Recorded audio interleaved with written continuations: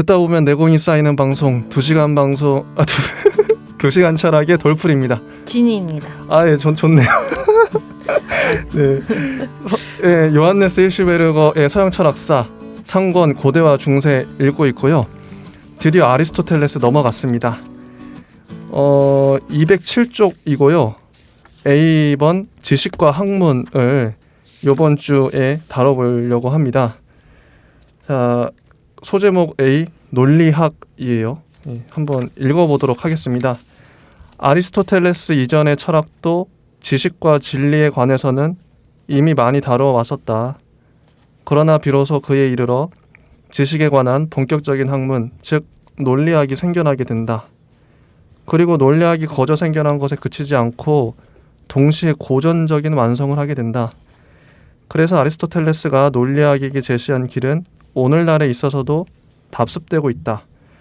논리학이 아리스토텔레스 이후 한 걸음의 발전도 한 걸음의 후퇴도 하지 않았다는 칸트의 말은 이런 것을 잘 나타내주고 있다. 논리학에 관한 가장 본질적인 사상은 분석론에 포함되어 있다.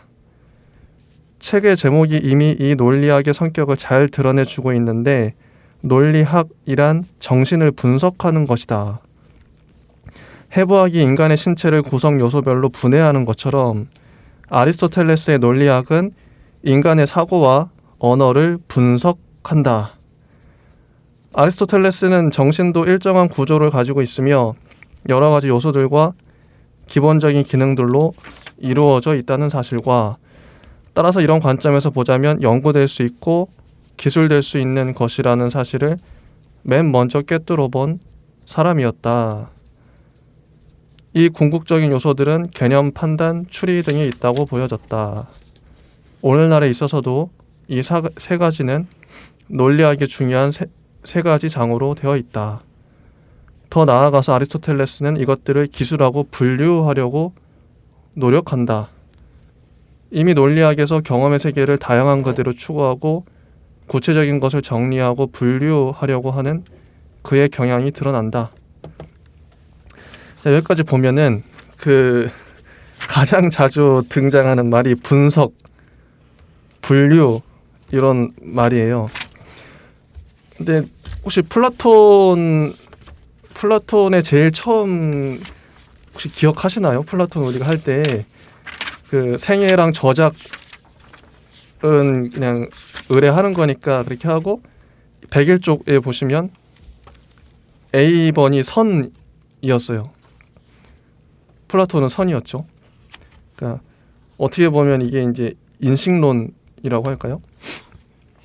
윤리학 뭐 이런 A가 선이었는데 아리스토텔레스의 가장 그 A번 대제목은 지식과 학문이고 논리학입니다. 이런 차이가 있다는 거. 그러니까 플라톤에게 가장 중요한 것은 이데아, 선이었고 아리스토텔레스한테는 이 논리학인데 분석하고 분류한다. 이 단어가 저는 꽂혔어요. 이 사람은 나누는 것들을 분류하는 거를 좋아한 것 같아요. 저도 그런 것 같아요. 그렇죠. 네, 분석 분류가 사실은 플라톤도 하긴 했어요. 그 진리 얘기하면서. 잠시만요. 예. 하긴 했다. 그런데 조금 결이 다른 것 같아요. 어떤 관념적인 얘기를 하면서 우리가 생각하는 본질이 어디 있는지를 얘기하는 본격적인 형이상학적인 얘기를 했던 것이 플라톤이다라고 한다면 사실은 아리스토텔레스는 방금 우리 대제목 짚어주신 것처럼 지식이나 학문에 대한 얘기 그리고 그 안에서 개념에 대한 얘기나 아니면 여기 나오는 논리학이나 아니면 그런 얘기 하위에 뭐 판단 추리까지도 모든 얘기들을 같이 하고 있고 그 지식에 관련된 내용인 것처럼 얘기를 하고 있지만 사실은 플라톤의 견지를 매우 이제 잘 따르고 있는 맥락이 커서 그 부분에서 다른 얘기는 아니지만 결이 조금 다르게 느껴질 수는 있어서 두 아리스토텔레스와 플라톤이 이래서 되게 큰 철학자들이구나라는 걸 좀 느낄 수 있었습니다. 맞습니다. 계속 읽어보면 아리스토텔레스는 일종의 이론적인 관심을 가지고서만 정신의 기본 형식을 연구하는 것이 아니라 실천적인 관심에서도 정신의 기본 형식을 연구한다. 그는 동시에 반박할 여지가 없는 학문적인 사고와 증명 그리고 반론 등을 제시해 보이려고 한다. 여기 보면 실천적이란 단어가 계속 반복되고 실천적, 실질적 그리고 반박할 여지가 없는 이 문장도 이 문구도 계속 나옵니다. 이후에. 자, 이런 일은 특별히 토피카와 개변론에서 행해지고 있다. 그래서 그의 논리학은 이론적인 논리학일 뿐만 아니라 실천적인 논리학이기도 하다. 따라서 그가 항상 전념하고 있던 물음은 형식적으로 볼 때 우리들의 사고 수단이 도구로서 얼마나 알맞으냐 하는 것뿐만 아니라 과연 그것이 파악해야 할 바일 것을 파악하느냐 하는 물음이었다. 즉 그의 논리학은 단순히 형식적인 논리학이 아니라 실질적인 논리학이기도 하며 오늘날의 우리들이 말하는 인식론이기도 하다. 이건 뭐 그냥 학문적인 것뿐만 아니라 실제 생활에서도 쓰이는 필요한 논리학이다. 그런 거겠죠. 그런데 여기 이제 실천적, 실질적 이런 단어들이 플라톤의 맥락이랑 아리스토텔레스의 맥락이 조금 다를 수 있을 것 같아요. 그래서 뭐 플라톤에게도 이러저러한 이론적인 면이 강해 보이지만 사실은 그 목적의 면에서 실천적인 부분을 우리가 많이 읽어낼 수 있었죠. 뭐 맞아요. 정치가를 길러내기 위한 여러 정치, 가지 국가. 그렇죠. 근데 여기에서의 이제 실천적, 실질적인 부분은 이 우리들의 사고 수단의 도구로서의 어떤 정신 그리고 이 맥락이 사실 플라톤과 살짝 달라지는 지점이거든요. 맞아요. 플라톤은 국가주의자였고 아리스토텔레스는 아직 자세히 나오진 않습니다만 이 사람도 국가주의자였는지 모르겠어요. 그리고 여기서 이제 큰 틀에서 우리가 짚어 나가면서 오늘 하루 종일 계속 상기해야 될 부분은 도구로서의 뭐 사고 수단 아니면은 이 맥락에서 정신 자체를 아니면 지식과 학문을 어떻게 보았느냐라는 것은 앞서 읽어주신 것처럼 마치 해부학이 인간 신체를 드러내는 어떤 탐구 과정이듯 여기서도 정신을 분석의 대상으로 봤다는 점. 맞아요. 이게 사실은 아리스토텔레스가 자기 스승에게서 좀 벗어나서 좀 달리 특화되는 지점이라고 저는 보았습니다. 특히 이 아리스토텔레스는 학자 같아요. 그냥 학자의 표본이다. 학자들이 분류하고 분석하는 거 잘 하잖아요. 일단 계속 가보겠습니다. 네. 자, 근자에 이르러 논리학의 현대적인 형식, 즉 논리 계산도 아리스토텔레스를 연구하여 아리스토텔레스도 이미 논리학의 이러한 정교한 형식에 접근하고 있었다는 사실을 알아냈다. 형식 논리학이 어느 정도 완성되어 있는가 하는 관점에서 그의 논리적인 사고의 발전을 개관해 보려는 시도도 행해졌다. 그래서 분석론, 토피카, 개변론이 처음 것들이긴 하나 처음에는 아직 원시적인 논리학에 지나지 않는다는 결론이 내려졌다. 명예론은 과도기에 속하는 것이다. 요건 쭉쭉 넘어가고 이 제2의 논리학에서 아리스토텔레스는 실현적 3단 논법을 완성하고 변항의 개념을 알게 되고 하여 논리적인 기술의 비교적 높은 수준을 제시해주고 있다. 제3의 논리학에는 그 밖에도 불완전하긴 하나 일종의 양상 논리학, 놀랄 만큼 예리한 형식 논리학적 통찰을 갖추고 있는 3단 논법에 대한 초논리학적 성찰 및 변항이 없는 상황만을 포함하고 있는 엄표 논리적인 명제들이 덧붙어 있다. 자, 그러나 전통적인 논리학이 아리스토텔레스에서 이어받아 왔던 것은 개념과 판단, 추리에 관한 사상뿐이었던 것이다. 209쪽에 보면 분석이 발견해낸 궁극적인 요소는 개념이다. 아까 아리스토텔레스가 분류하고 분석한다고 했었잖아요. 그걸 이어받아서 분석이 발견해낸 궁극적인 요소는 개념이라고 합니다. 자, 한 가지의 명제를 구성하고 있는 구성 요소들, 즉 명제의 대상과 명제가 엄표하고 있는 것을 나는 개념이라 한다. 여기 인용문이에요.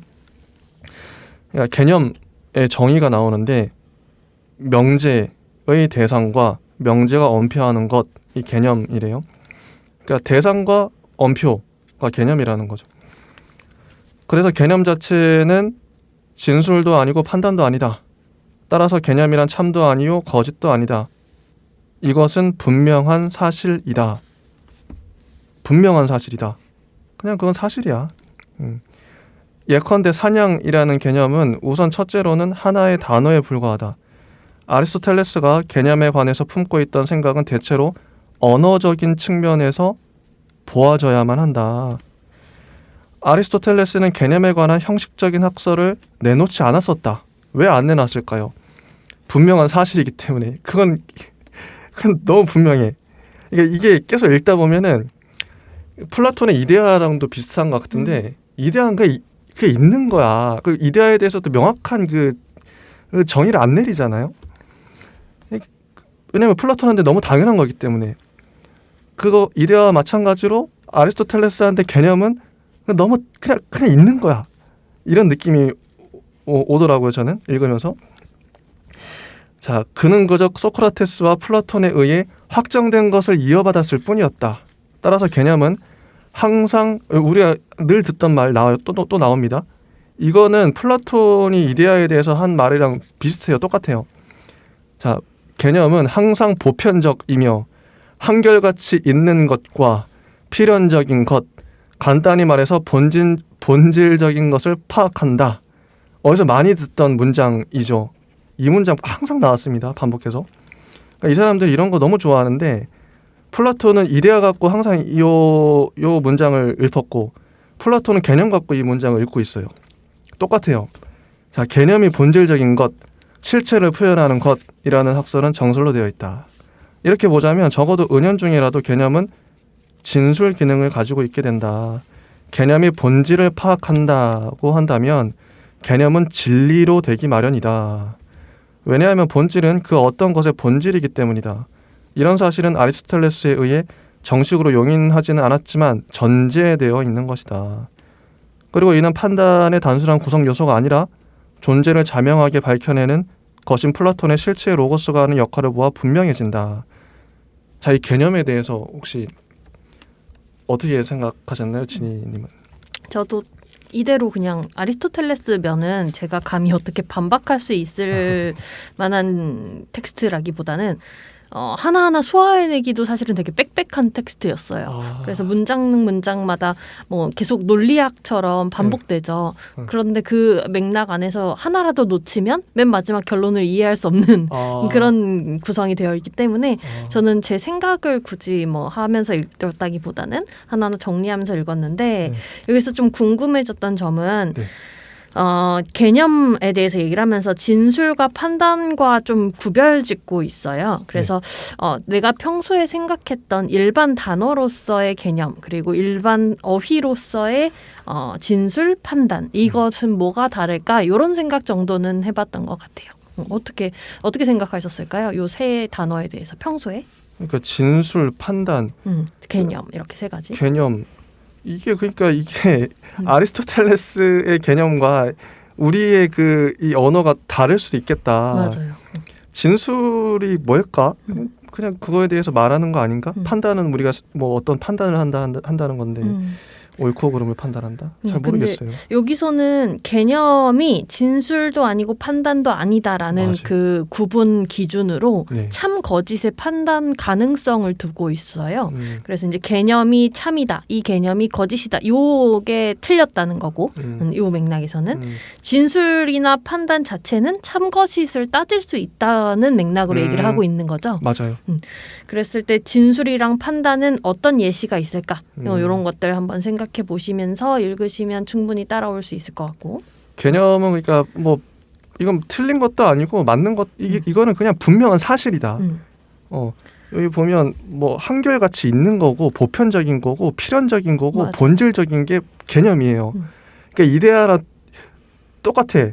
근데 개념이. 어떻게 보면 우리가 개념이 뭐지?라고 생각해 보면 어떤 단어에 대해서 이거 개념이 뭐지?라고 생각하면 사실 제일 쉽게 찾아볼 수 있는 게 국어 사전 이런 거죠. 근데 사전이죠. 근데 사전 표제어의 해설이 곧 그 대상의 개념은 아니잖아요. 맞아요. 그렇다는 면에서 좀 언어에 대한 어떤 완전성에 대해서 생각하게 되고 또 언어가 표현할 수 없는 그 개념을 어떻게 우리는 표현할 수 있을까? 이 맥락이 사실은 형이상학 본질에 대한 생각과 연결이 되기 때문에 사실은 아리스토텔레스의 방금 말한 이 개념에 대한 이야기가 이 사람의 전반적인 어떤 사상 체계를 좀 따라갈 수 있는 그런 소스를 제공하고 있죠. 그 지금 말씀하신 게 되게 중요한데 저도 그 생각을 했어요.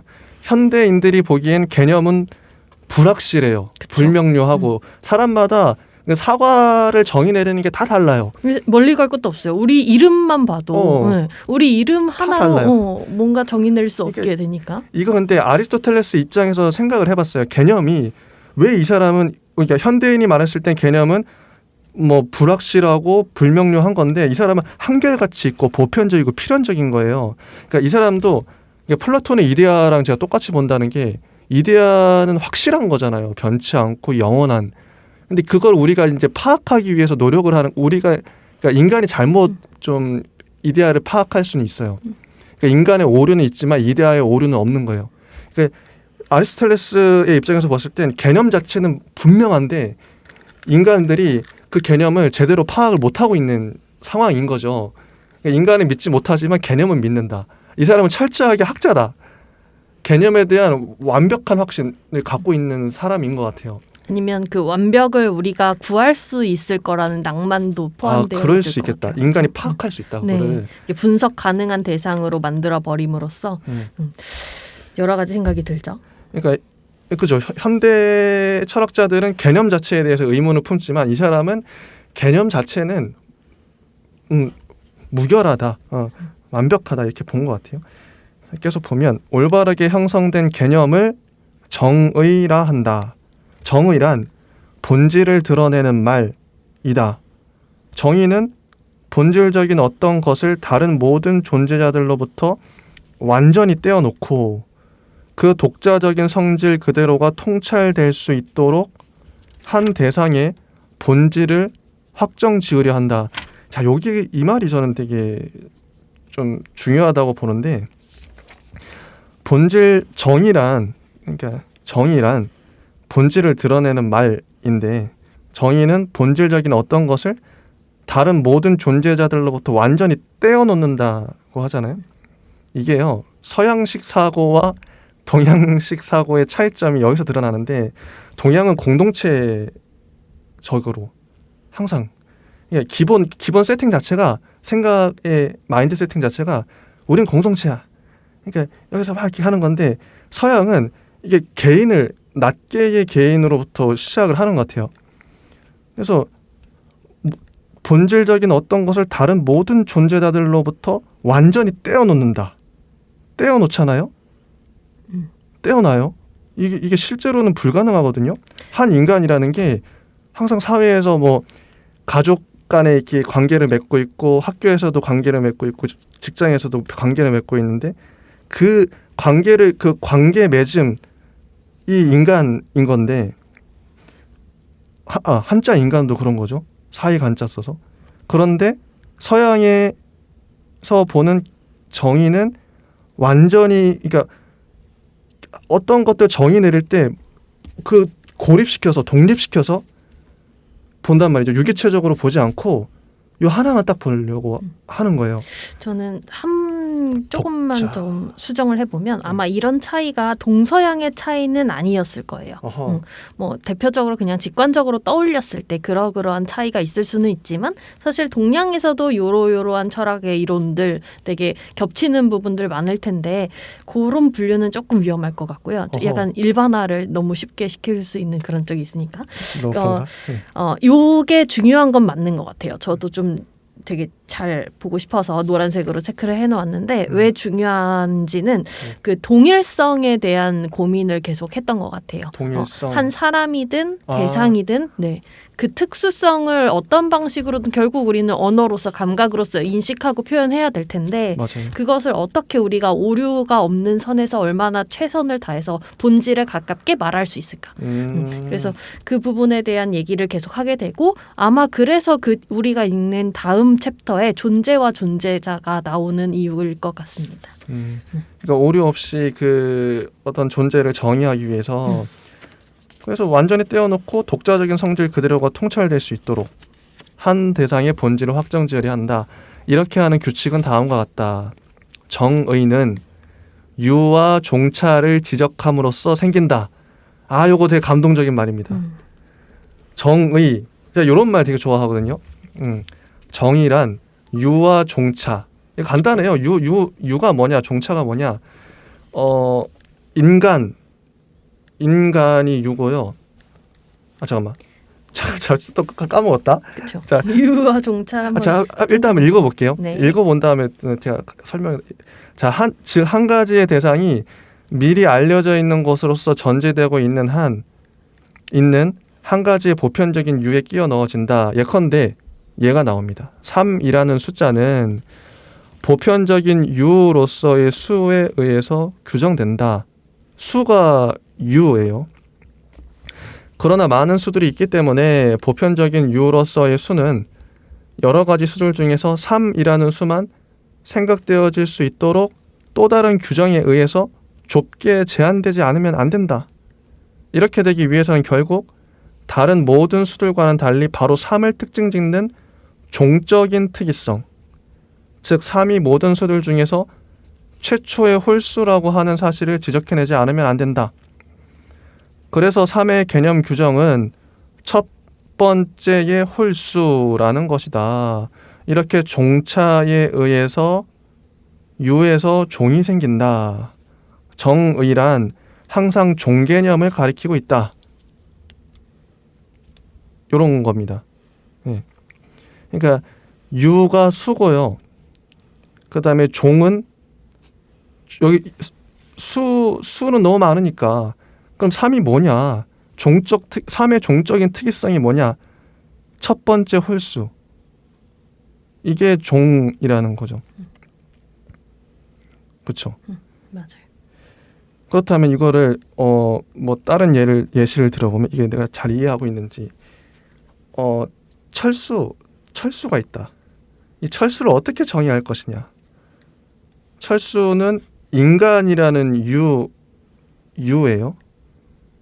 근데 철수는 인간 중에서도 한국인을 종이라고 할 수 있나? 야, 이거 너무 이게 내가 제대로 이해하고 있는 건가?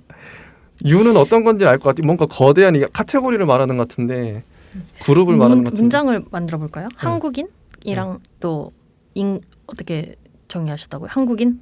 아니면 이게 얘가 좀 어렵나? 다른 걸로. 한국인은 무엇이다. 먼저 만들어 보면 한국인은 한국에서 사는 사람이다. 이렇게 말할 수 있는데 그럼 한국인을 설명하기 위한 것은 뒤에 한국에서 사는 사람이겠죠. 그러면 한국에서 사는까지가 아마 종차 개념일 거예요. 아, 그리고 사람이 유 개념이겠죠. 그죠. 사람은 유죠. 그래서 그거 두 개가 합해진 게 정의 말하는 종 개념일 텐데 유와 종차. 그래서 한국인 이게 나오는 거죠. 맞네요. 네. 그러면 뭐 예를 들어 사과를 말 때 이 과일 중에서도 그럼 사과라는 사과 것을 정의하기 위해서 이게 이제 사과라는 종 개념을 설명하기 위해서 그래서 사과는 설명을 해볼까요? 어떤 열매이다 할 텐데 뭐 빨갛고 동그란 대구에서 많이 나는 열매이다 이렇게 될 텐데 그러면 사과는 빨갛고 동그랗고 대구에서 많이 나는 여기까지가 종차이겠고 종차다. 종차이겠고 그게 열매이다라고 하는 게 유개념이겠고 맞아요. 네, 그 두 가지가 합해졌을 때 비로소 정의가 돼서 사과를 설명하니까 이게 종 개념이 되겠죠. 맞습니다. 네. 정의는 유와 종차를 지적함으로써 생긴다. 네, 여기서 말하는 네. 정의는 이제 여기서 종 개념이겠고요. 다른 데에서는 이러저러한 설명들이 좀 용어를 달리해서 하고 있긴 한 것 같은데 이걸 옛날 뭐 4차, 5차시 국민학교 시절에는 배웠대요. 아, 그래요? 근데 이제 저는 초등학교이기 때문에 초등학교. 왜 사시에서 빠졌어요. 이런 어려운 건. 국민학교였는데 기억이 안 나네요. 네, 어떤 건지는 감은 와요. 네.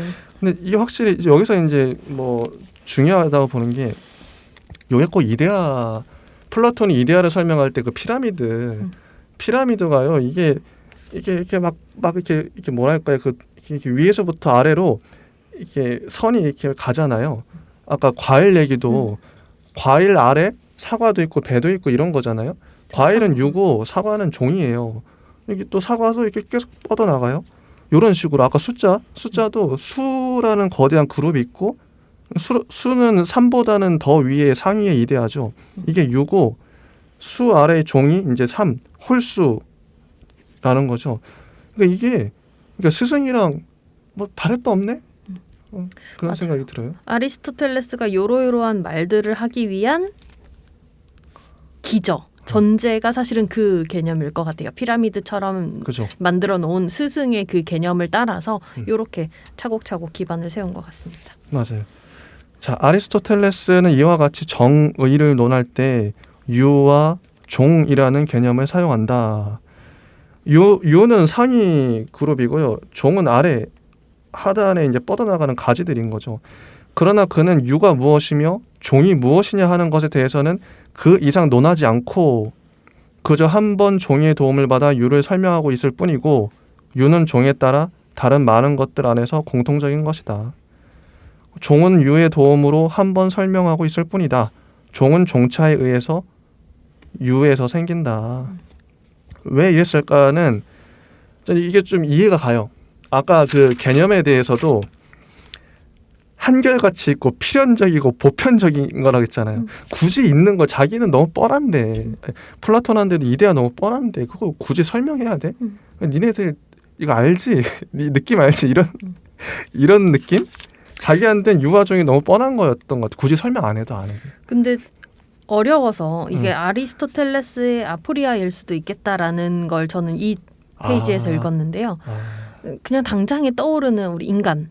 그럼 인간이 되기 위한 종차 개념 있죠? 네. 인간성 이렇게 들어가겠죠. 그쵸. 그게 무엇일까라고 하면 사실 대답하기 어려워질 것 같고요. 문학도 똑같을 것 같아요. 문학성이 뭐냐? 문학을 문학이게끔 하는 것이 무엇이냐? 근데 그게 사실은 종차 개념이고 여기서 말하는 부분인데 그게 사실은 말로 표현하기가 되게 어렵죠. 어렵다. 네. 자, 그런데 아리스토텔레스는 어떻게 하면 유에 이를 수 있는가 하는 것을 가르치고 있다. 즉 여러 가지 서로 다른 대상들에게 공통적인 동등한 것을 이끌어내는 것이라고 가르친다. 그러나 이때 그는 엇비슷하게 동등한 것이 아니라 본질적으로 동등한 것을 생각하고 있으나 이 본질적인 것은 다시 보편적인 것을 가지고 있다는 사상에 의해서 한층 더 좁게 규정되어지므로 본질이란 종이나 유 이외에 아무것도 아니다. 우리들은 순환 논법에 빠지게 마련이다. 그렇죠. 뭐 본질적이고 보편적인 것 이 얘기 계속해요. 플라톤도 했지만 아리스토텔레스도 했다. 그만큼 중요하게 생각했던 거죠. 유나 종은 내용적으로 설명되지 않는다. 즉 예컨대 구조라든가 생식기관이라든가 유전질 같은 것에 있어서의 일치를 지적함으로써가 아니라 순전히 형식적인 보편적인 것이 있다. 그런 게 있어. 보편적인 게 있어. 이런 사상에 의해서 설명된다. 느낌은 와요. 이렇게 할 때에는 본질은 보편적인 것에 의해서 규정되고 보편적인 것은 다시 본질에 의해서 규정된다. 이게 그럼 계속 순환하죠. 본질이 뭐냐? 보편적인 거야. 보편적인 게 뭐야? 본질이야. 이게 순환하잖아요. 그러나 이 모든 것이 그에게 있어서는 선결 명제를 해결하라는 요구의 오류는 아니다. 왜냐하면 플라톤의 변증법적인 입장에서 보자면 유와 종의 개념은 이미 알려져 있는 것으로서 전제될 수 있겠기 때문이다. 그러니까 이게요. 제가 이제 계속 아까 또 얘기했지만 이미 알려져 있는 거야. 유, 종, 니도 알지? 굳이 설명을 해야 돼 내가? 이게 보편적인 거야. 그냥 보편적인 거야. 있어. 그게 필연적인 거야. 이런 느낌이에요, 솔직히. 플라톤에서도 약간의 이런 부분이 되게 많이 보였고 그 부분이 사실은 플라톤에서 핵심적인 부분이었죠. 우리가 계속 얘기했던 초월성 막 이런 얘기했었고 또 여기서도 존재론적으로 그럼 설명을 할 수 있는가? 우리가 여기서는 내용적으로는 설명할 수 없다. 뭐 이런 식으로 나와 있는데 그럼 존재론적인 것인가? 그럼 그 존재에 대해서는 어떻게 말하지? 라고 하면서 계속 궁금증이 좀 생각이 들고요. 그러니까 이게요. 이 사람들이 얼버무렸기 때문에 이 사람들한테 너무 확실했을 거야. 근데 후대 사람들이 봤을 땐 너무 스승님 너무 이 사람 너무 얼버무렸네. 대충 말했네. 이런 것 때문에 문제가 막 후대에 벌어진 것 같아요. 그럼 도대체 보편적인 게 진짜 보편적인 거야? 이렇게 질문이 막 생기죠. 그러니까 대충 정의했다. 뭐 근데 이 정도 한 것도 잘한 거긴 한데 좀 애매하다. 약간 모자랐다 그런 느낌이. 근데 만약에 이런 부분 없이 좀 완벽하게 만들어 놓았다면 사실 그게 더 무너지기가 더 쉬웠을 것 같아요. 네. 아마 이 사람도 엄청 우리보다 훨씬 똑똑한 사람이었을 텐데 이런 생각을 안 했을 리 없고요. 그죠. 이 정의를 하는 데 있어서 네. 똑똑했으니까. 자, 그리고 플라톤에게 있어서는 유와 종이 보편성이라고 하는 성격에 의해서 근거지어질 필요는 조금도 없고 스스로의 본질을 스스로의 형태 안에 가지고 있다. 이 본질은 많은 것들에서 추상해 내므로써 비로소 생기는 것이 아니라 선천적으로 존재하고 있는 것이며 직관적으로 끄집어내어지는 것이다. 플라톤스러운 말이죠.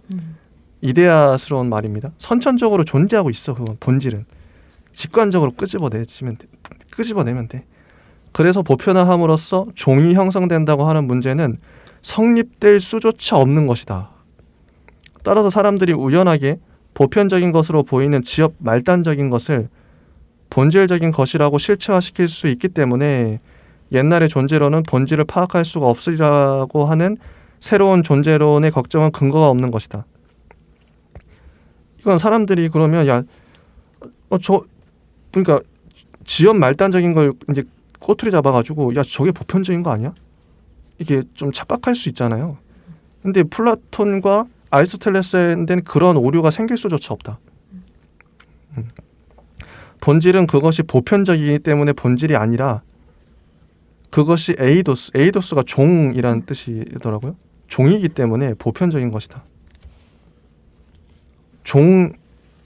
종이기 때문에 보편적이다.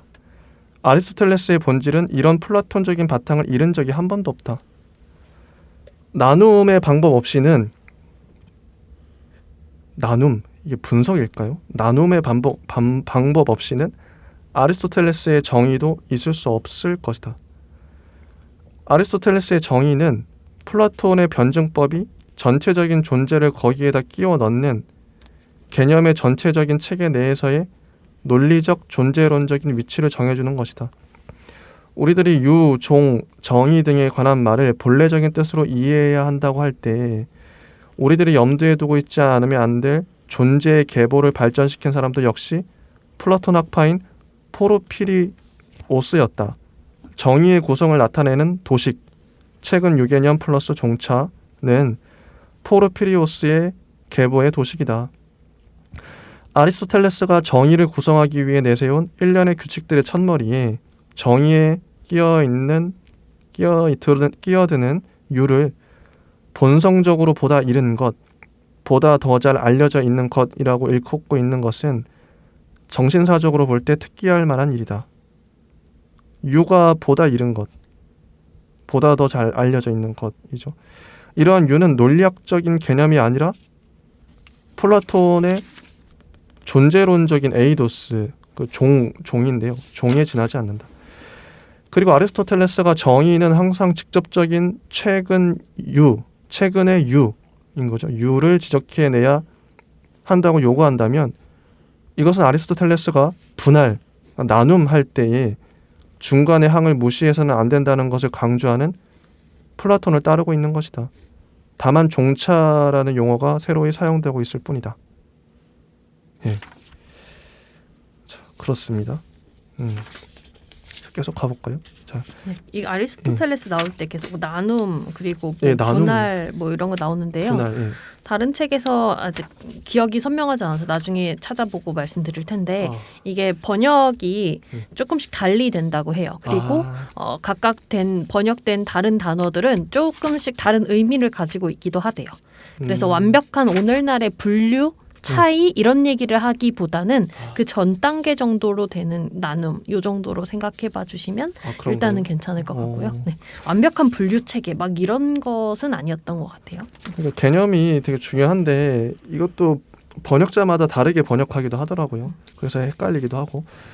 자, 진정으로 아리스토텔레스다운 것은 개념을 분류한 것이다. 자, 분류 또 나왔어요. 이 사람은 분류, 분석, 분해 이런 거 되게 좋아하는. 분류한 것이다. 우리들의 철학자. 그러니까 더 필라소퍼라 그랬나? 하여튼 그 철학자라고 하면 아리스토텔레스를 가리킨다고 해요. 우리들의 철학자는 우리들이 명제 속에서 연결짓는 개념들이 항상 전형적인 그룹으로 정돈된다는 사실을 발견해냈다. 그죠? 개념이 항상 그룹으로 이게 묶인다. 이걸 발견해낸 거죠. 그는 이런 것을 관찰함으로써 첫 번째 범주표를 만들었다. 이 범주표는 진술 형식의 10가지 도식을 포함하고 있다. 즉 우리들의 개념은 실체를 나타내는 것이거나 또는 분량, 성질, 관계, 장소, 시간, 위치, 상태, 능동, 수동 등을 알려주는 것이다. 이 10가지인 거죠. 범주는 다시 두 가지의 큰 영역으로 나눠진다. 첫째로 실체가 있는데 이 실체는 그 자체로서 존재하며 따라서 일종의 자립성을 가지고 있는 존재자다. 다른 한 가지는 나머지 9가지 도식으로서 소위 속성들이다. 실체에 속성이 붙습니다. 이것들은 보다 좁은 규정으로서 실체에 덧붙여질 수가 있는 것들이다. 그런데 이것들은 다시 분류된다. 속성적인 규정들은 실체의 본질에 따라 항상 실체에 붙어 다니는 것들이며 또 필연적으로 그런 것들이다. 즉 이런 것이 곧 특성, 고유한 성질이며 예컨대 사람은 웃을 수가 있다. 든지 삼각형의 내각의 합은 이직각이라고 하는 따위다. 또 한 가지 중요한 것은 어떤 실체에 실제로 갖춰져 있으면서도 없을 수 있는 그런 규정, 즉 보통의 속성이다. 그러니까 아까 특성 나왔고요. 고유한 성질, 실체의 특성, 고유한 성질이 붙기도 하고 실체에 그냥 보통의 속성이 붙을 수도 있는데 이건 있을 수도 있고 없을 수도 있는 거예요. 물론 이런 속성들 중에 어떤 것들은 어느 정도의 개연성과 규칙성을 가지고 나타나기도 한다. 예컨대 남자들에게는 항상 그리고 필연적인 것은 아니지만 대개의 경우 수염이 난다. 수염이 없을 수도 있죠. 그래서 보통의 속성이라고 합니다. 그러나 물론 조금 더 예측을 하지 못할 그런 경우도 있다. 예컨대 나무를 심기 위해 구덩이를 파다가 보물을 발견하는 것은 순수한 우연이다. 우리는 이런 사태를 가지고서는 학문을 성립시킬 수가 없다. 그러니까 플라톤도 그렇고 아리스토텔레스도 그렇고 학자예요. 학문을 하기 위해 철학을 전개시키는 거죠. 그러니까, 그리고 그 당시에 싸웠던 그 소피스트들과 대항하기 위한 논리를 이렇게 만들어갔던 것 같아요. 맞아요. 그러나 개연성을 가진 속성은 설사 엄밀한 학문은 아니라고 하더라도 학문에 이용될 수도 있을 것이다. 즉 진짜 학문은 특성이나 본질적인 사태를 나타내는 진술의 바탕을 두고 있다. 이런 점을 보고 알 수 있는 바와 마찬가지로 속성에 관한 아리스토텔레스의 관심의 배후에는 학문 이론적인 문제가 도사리고 있다. 학자입니다. 학자. 범주를 만들잖아요. 오늘날에도 학자들이 잘하는 게 이렇게 분류하는 거. 그죠. 그 국문과도 이제 그런 게 요거는 이제 영미 문학이고 요거는 한국 문학이고 또 한국 문학에서 뭐 고전 문학도 있고 이렇게 막 분류하잖아요. 이 사람은 어디 들어가고 어디 분류돼요. 이렇게 막 나누고 이렇게 이런 것들을 학자들이 잘합니다. 오늘날 실생활에서도 사실은 이런 맥락이 새롭게 인지가 되기 시작하면 국면이 달라져요. 예를 들어서 우리 주변에 있는 개념들을 범주화시킨다라고 했던 게 이제 이 사람의 작업이었고 맞아요. 최초일 수 있었던. 그렇죠. 그런데 오늘날 관점에서 생각해 보면 이런 범주화가 새롭게 지금도 이루어지고 있어요. 데이터 시각화 뭐 이런 거 들어보셨어요? 아 그래요. 그래서 이제 뭐 알고리즘처럼 그걸 한눈에 보이도록 이렇게 액팅을 만들어주는 거죠. 근데 그런 태스크 자체가 사실은 우리 주변에 떠다니는 새로운 개념들 그리고 우리가 그냥 무의식 중에 인지하는 인지 결과물들이 데이터화되어 있어서 흩뿌려져 있는데 그 데이터들을 모아서 시각화하는 작업들이 되게 많이 수행되고 있거든요. 맞아, 그런 거 봤어요. 근데 그것을 통해서 우리는 우리가 모르는 새에 했던 여러 가지 행동 과정을 새롭게 인지하면서 그 안에서 새로운 맥락을 추려낼 수 있거든요. 그래서 이 사람들도 아마 그때 당시에 모르는 그 아마 자연스럽게 퍼져 있던 그런 개념류의 파편들을 어떻게 범주화를 통해서 새롭게 인식하게 됐을 거고 맞아요. 그 범주화가 완전하든 완전하지 않았든 그런 거는 상관없이 그 다음 스텝을 자연스럽게 열어갈 수 있었던 어떤 학문에서의 어떤 시발점이 됐을 수 있을 것 같습니다. 그래서 범주를 어떻게 잡느냐가 제일 중요하죠. 그렇죠. 이게 이제 세계관이기도 하고요. 맞아요. 그러니까 어떤 사람에게는 인간의 성이 남성과 여성밖에 없는데 어떤 사람이 봤을 땐 동성애자도 있고 남성과 여성이 동시에 있는 사람도 있네. 실제로 그렇거든요. 근데 이게 그러니까 범주를 어떤 범주를 갖고 있느냐에 따라서 어떤 범주를 내가 용납하고 승인하느냐 이 세계관이 넓어지는 거죠. 여기서 재밌는 게요. 아까 10가지 속성 도식 나왔는데 불량 성질, 관계, 장소, 시간, 위치, 상태는 그러려니 해. 근데 능동수동이 나와요. 전 요게 이제 포인트라고 봅니다. 능동수동 재밌잖아요. 굳이 이렇게 안 잡아도 되는데 그러니까 능동이냐 수동이냐가 중요했던 이게 플라톤한테로 나왔던 것 같은데 이게 실제 자기가 스스로 움직일 수 있냐 아니면 누군가에 의해서 움직여지냐 요게 중요했단 말이죠. 그러니까 요런 것들 요런 걸 끄집어낼 수 있는가. 그러니까 이거는 오늘날에도 그럼 우리 모두가 이제 알게 모르게 우리만의 범주표를 갖고 있어요. 언어의 관점에서는 코퍼스라고 많이 쓰는데요. 그 이제 우리나라어로 바꿔서 순화된 표현으로는 요즘에 말뭉치라고 많이 써요. 말뭉치. 그래서 그 말뭉치들이 계속 업데이트됩니다. 우리 국립국어원 홈페이지 가면 그래서 특정 컨셉의 말뭉치들을 다운로드해서 보고 사용할 수 있도록.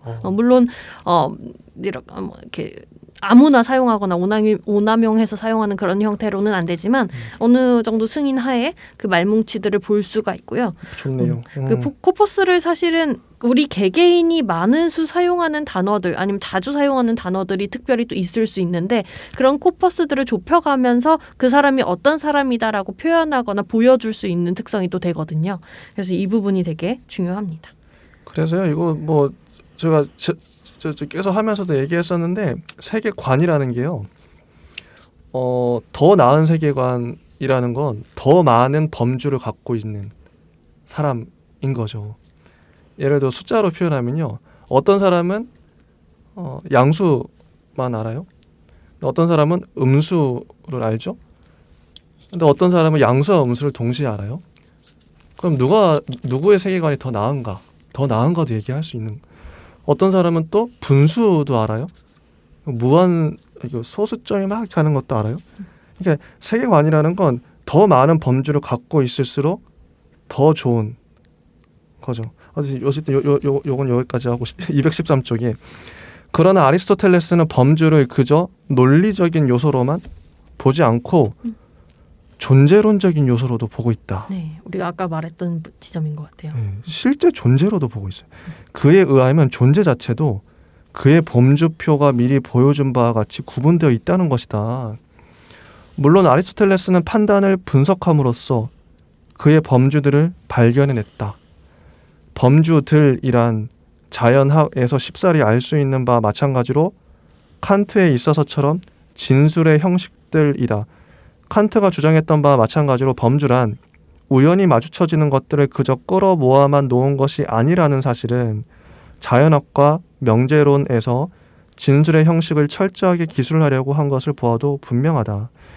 아리스토텔레스는 칸트와 달리 범주를 존재의 형식이라고도 주장하고 있는데 그 이유는 아리스토텔레스는 아직은 형이상학의 가능성에 대해 의심을 품지 않았었으며 파르메니데스와 마찬가지로 정신과 존재가 서로 교통을 하고 있다고 생각했었기 때문이다. 이게요. 이때 당시의 그리스인들은 존재가 있으면 그의 이제 1대1 대응하는 정신이 있는 내가 생각하면 그게 그대로 있는 거예요. 플라톤도 이데아도 그거잖아요. 이데아가 있기 때문에 저 어딘가에 있기 때문에 그걸 내가 그대로 상기하는 떠올리는 거죠. 전 이게요. 플라톤과 아리스토텔레스의 위대한 지점이라고 생각해요. 이 사람들이 이토록 확신을 갖고 있었던 건 단지 오늘날의 어떤 사람들은 대부분이 그렇죠. 그건 단지 논리적인 이론적인 것뿐이야. 관념적인 것뿐이야. 머릿속에서만 가능하지. 그런데 이 사람은 실제로 존재한다고도 믿고 있어요. 자기가 이론화한 것들이 실제로도 존재하고 있어. 이러니까 강력한 거거든요. 이게 전 오늘날에 우리가 배워야 할 지점이 아닌가. 나는 그렇게 실제로도 그렇게 생각을 하고 실제로도 그렇게 있다고 믿어. 내가 주장하는 것들이. 이러니까 힘이 있는 거거든요. 철학이. 형이상학의 가능성에 대해 의심을 품지 않았었어. 대단하죠. 정신과 존재가 서로 교통을 하고 있다. 이렇게 생각했대요. 실제로. 그런데 진술의 형식으로서의 범죄에 관한 형이상학이 판단과 관련되어 있다는 사실은 아리스토텔레스의 형이상학의 성격을 결정짓는 것이다. 그럼에도 스토아학파의 사상에 의해서 가려져서 이런 사실이 그다지 알려져 있지는 못하다. 긍정적으로건 부정적으로건 간에 현실에 관해서 올바르게 진술할 수 있기 위해 두 개의 개념이 연결될 때 판단이 생기게 된다. 자, 판단이 어떨 때 생긴다고요? 두 개의 개념이 연결될 때 판단이 생깁니다. 아까 우리가 판단에 대해서 잠깐 얘기한 적이 있는데 아리스토텔레스가 말하는 판단이란 두 개의 개념이 연결되는 거. 자, 판단은 본질적으로 진술 또 나오네요. 진술 얘기를 원하기 때문에 참과 거짓도 나오네요. 참과 거짓이 있는 본래적인 장소다. 이제 여기서 논리학에 대한 맥락이랑 연결이 되죠. 배중률 얘기가 나오고. 네, 나오죠. 자, 이런 점에 의해서 판단은 예컨대 소망이나 기도 같은 데 나타나는 다른 개념들의 결합과 구별된다. 그리고 판단은 다시 기술되고 나눠진다. 즉 긍정적 판단과 부정적 판단, 판단의 질입니다. 보편적 판단, 특수 판단, 개별 판단, 판단의 양이고요. 사실 판단, 필연 판단, 가능 판단, 판단의 양상이에요. 이렇게 나눠진다고 해요. 판단이. 이런 것과 관련하여 아리스토텔레스는 특히 판단의 변형에 큰 관심을 가지고 있다. 그런데 판단의 기능에 관한 문제는 훨씬 더 중요하다. 우리는 이 문제에 의해서 아리스토텔레스 철학의 본질 깊숙이 파고들게 된다. 개념은 그저 어떤 것이 무엇인가 하는 것만 밝혀주지만, 그렇죠? 학문적인 판단은 한 가지의 대상에 어떤 사태가 있느냐 혹은 어떤 사태가 없느냐 하는 것을 밝혀준다. 이렇게 해서 판단은 개념으로부터 시작된 인식의 과정을 전진시킨다. 전진하고 있어요. 여기서 말하고 있는 사태란 이미 말한 바 있는 속성, 아까 10가지 속성 말했죠. 지나지 않는다. 이 속성이 실체에 대해서 일정한 관계를 가지고 있다는 사실에 주목하는 것은 매우 중요하다. 매우 중요하다고 합니다. 속성이 실체에 대해서 일정한 관계를 가지고 있다. 아리스토텔레스는 일찍부터 이런 사실을 알고 있었으며 따라서 이 속성들을 알맞게 분류해 두었다. 속성을 잘 분류해 두면 내가 그 실체를, 어떤 대상을 제대로 파악할 수 있어. 이게 유종 이런 것도 하고, 그래서 우리들은 그에게 있어서는 존재가 내적인 관련에 따라 질서지어져 있다는 사실을 알게 된다. 이게 아리스토텔레스의 세계관이 보이죠. 이렇게 분류하고 이렇게 막 뭔가 이렇게 잘게 이렇게 나눠진 그 도식들이 생각이 나요. 이런 관련을 찾아내는 것이 학문적인 판단이 해야 할 일이다. 학문이란 정의가 나옵니다. 학문이란 근대에 와서 생각되고들 있는 것처럼 독자적인 활동 규칙에 바탕을 둔 정신의 독백이 아니라 정신과 동등한 권리를 가지고 맞서 있는 존재의 세계와 대화를 하는 것이다.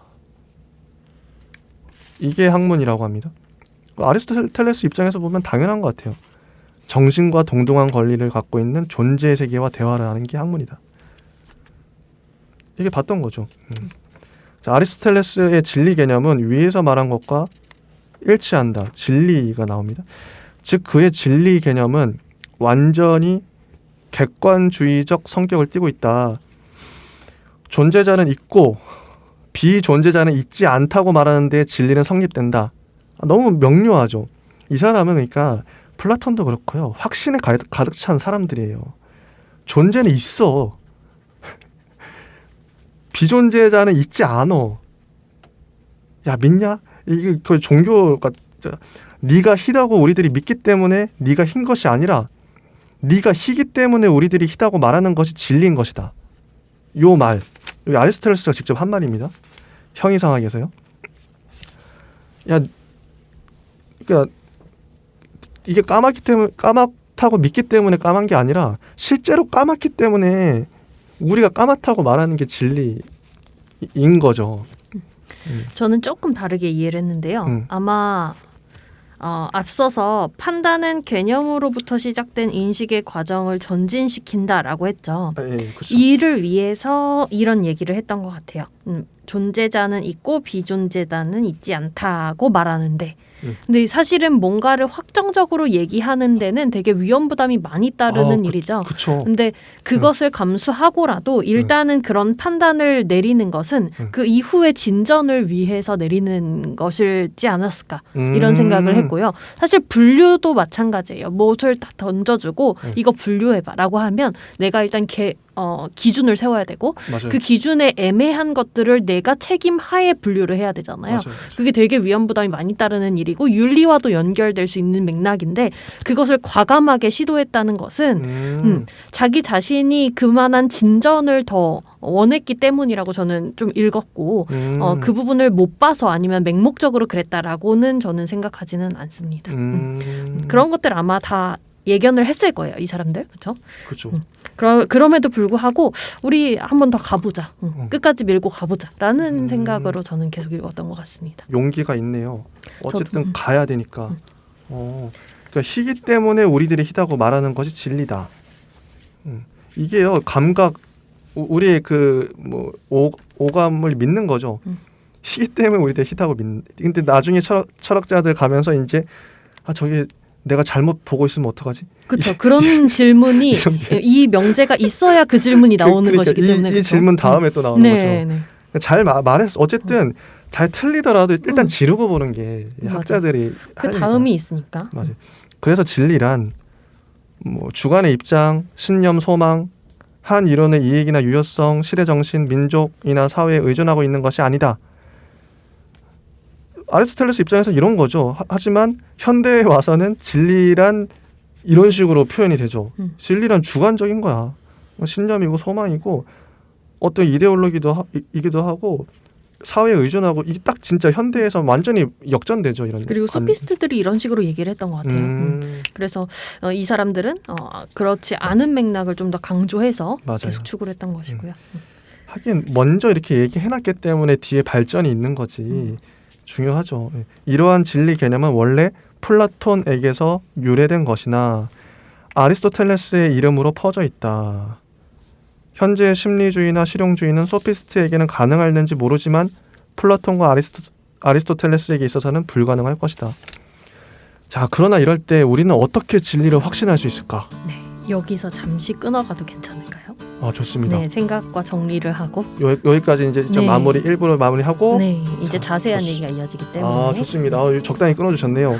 여기까지 하고 저 다음 시간에 또 이어서 해보도록 하겠습니다. 예, 네. 감사합니다. 감사합니다.